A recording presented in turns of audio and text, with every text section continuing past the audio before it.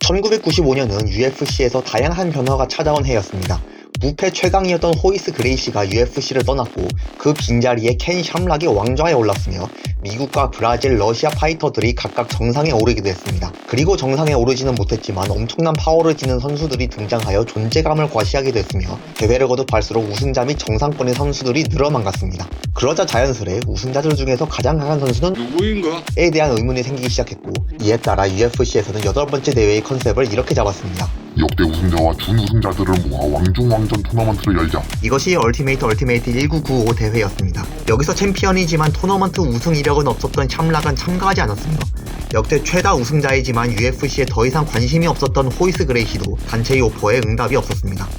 따라서 이 대회에 참가할 우승자는 UFC 3에서 어쩌다 우승자가 된 스티브 제너, UFC 5 우승자인 댄 세번, UFC 6 우승자 올렉 탁타로프, UFC 7 우승자 마르코 후아스 4명뿐이었습니다. 4명으로만 토너먼트를 치르기에 밋밋했던 UFC는 준 우승자 라인으로 자격을 확대하기로 하고 데이브 베네토, 탱크 에봇, 폴 벌런스를 토너먼트에 포함시켰으며 마지막 남은 한 자리는 자이언트 킬러이자 프린세스 메이커를 악명을 떨친 키스 해크니가 당첨되었습니다. 이렇게 해서 완성된 이 8인 토너먼트 왕중왕전은 1995년 12월 16일에 UFC 2회 대회가 열렸던 콜로라도 덴버에서 진행되었습니다. 토너먼트인 만큼 무승부가 나와서는 안 되었기 때문에 이 대회에서부터 최초로 판정단이 도입되었으며 토너먼트에서 처음으로 시간 제한이 적용되었습니다. 하지만 8강전에서 판정단이 할 일은 없었습니다. 4경기 다 합쳐서 10분도 안 되어서 끝이 났기 때문이죠. 어떻게 빨리 끝났는지 탱크 에봇과 스티브 제너미 경기부터 보겠습니다. 살상력이 강한 브롤러와 민첩성이 좋은 미들급 파이터의 대결. 이 경기에서 제넘은 단 한 번의 주먹질 후에 그라운드로 끌려 내려갔습니다. 뻗은 팔을 회수하지 못한 채 에봇과 그대로 얽혀버렸고 에봇에게 가볍게 테이크다운 당한 뒤 그대로 케이지로 밀려버렸습니다. 112kg에 깔린 제넘은 잠시 에봇의 압박을 밀어내기도 했으나 거기까지였고 에봇이 위에서 누르면서 제넘이 목이 영 좋지 않은 각도로 꺾여서 통증이 심했기에 제넘이 탭을 치며 패배를 받아들였고 에봇이 준결승에 올랐습니다. 애초에 체중 차이가 컸기 때문에 레슬링도 배우던 에봇을 하위 포지션에서 상대하기엔 역부족이었던 것 같습니다.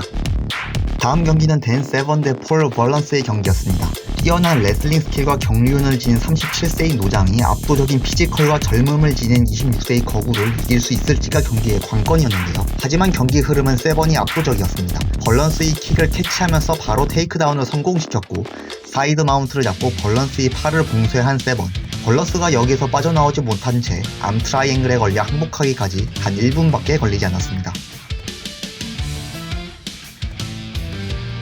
8강전 제3경기에선 올렉 탁타로프와 데이브 베네토의 2차전이 열렸습니다. 6회 대회에서 베네토를 꺾고 준결승에 올라간 후 우승까지 차지한 탁타로프였기에 베네토에겐 리벤지 기회였는데요. 1차전에서 베네토의 적극적인 돌진과 공격이 있었던 걸 기억해서인지 2차전에선 탁타로프가 먼저 클린치로 달라붙어 흐름을 뺏은 후에 베네토의 그레코노만 레슬링을 침착하게 막아내는 쪽으로 경기를 풀어갑니다. 그러다가 클린치 상태에서 탁타로프가 베네토를 끌어내리는 척 하면서 스스로 그라운드에 돌입한 후에 레그락을 잡는 놀라운 삼보 스킬을 보여줍니다. 다리가 묶인 베네토는 탁타로프의 앞면을 발로 걷어차며 저항했으나 아킬레스 홀드 그립을 풀지 못한 채 탭을 쳤습니다. 체중을 큰 폭으로 감량한 채 복수를 노렸던 베네토였으나 더 높은 레벨의 그래플링을 갖춘 탁타로프의 상대가 되지는 못했습니다. 8강전 4경기는 마르코 후아스 대 키스 해크니의 경기로 나이나 경험, 스킬 등 여러 측면에서 후아스가 유리해 보였습니다. 두 선수 다 적극적으로 돌격하는 스타일은 아니었기에 초반에는 로우킥만 뻗으며 탐색전을 벌였습니다. 그러다가 후아스가 잽을 미끼로 던진 후에 바디 클린치를 싸잡으면서 흐름이 순식간에 후아스 쪽으로 쏠렸는데요. 해크니가 몸을 낮춰 막아보지만 후아스가 다리 잡고 테이크다운하는 척 하면서 클린치 백을 잡은 후에 그라운드로 끌고 내려가자 무력하게 바닥에 끌려 내려간 해크니입니다.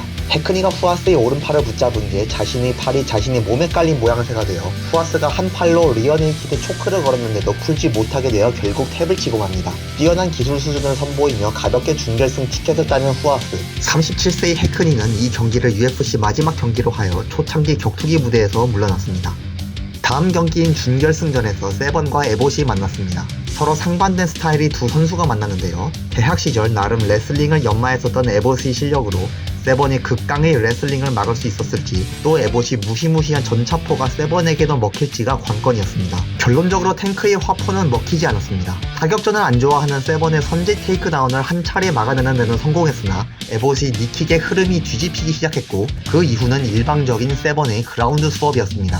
약 15분 동안 상위 포지션에서 세번이 하고 싶은 것을 다 하였고 라운드 막판에 간신히 일어선 에봇이었지만 안 넘어가게 케이지를 잡고 버틸 뿐이었습니다. 오히려 세번이 승리를 직감하고 종료 10초 전에 약 올리듯이 스스로 스탠딩으로 바꿔주었고 UFC 최초로 판정승을 거둔 세번은 세 번째 결승전을 따냈습니다.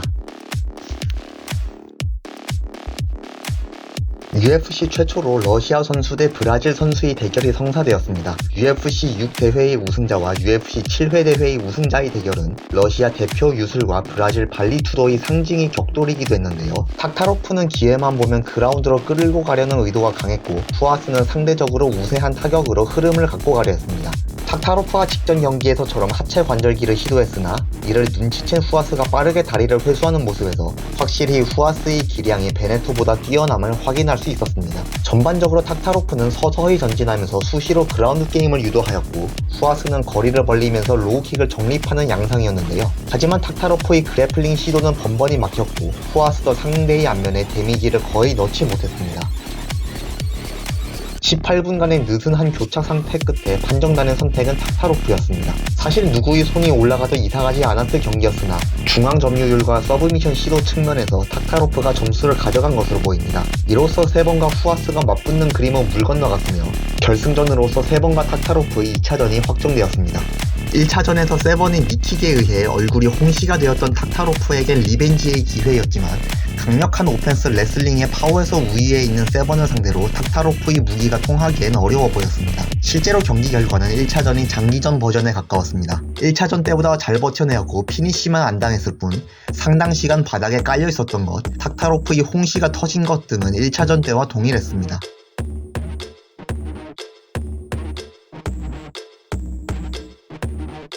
결국 UFC 사상 세 번째로 긴 경기 시간 끝에 만장일치 판정승을 거둔 댄 세번은 UFC에서 2번 우승한 최초의 미국인으로 등극했으며 미국인 선수 중 최다승을 기록하였고 왕중왕전 토너먼트에서 우승함으로써 더 이상 적수가 없음을 입증했습니다. 한편 세번에게 2번 다 패배한 탁타로프는 이 경기를 끝으로 UFC 활동을 종료하며 타 단체에서 활동하게 됩니다. 이것으로 얼티메이트 1995 리뷰를 마치겠습니다. 시청해주신 여러분 감사합니다.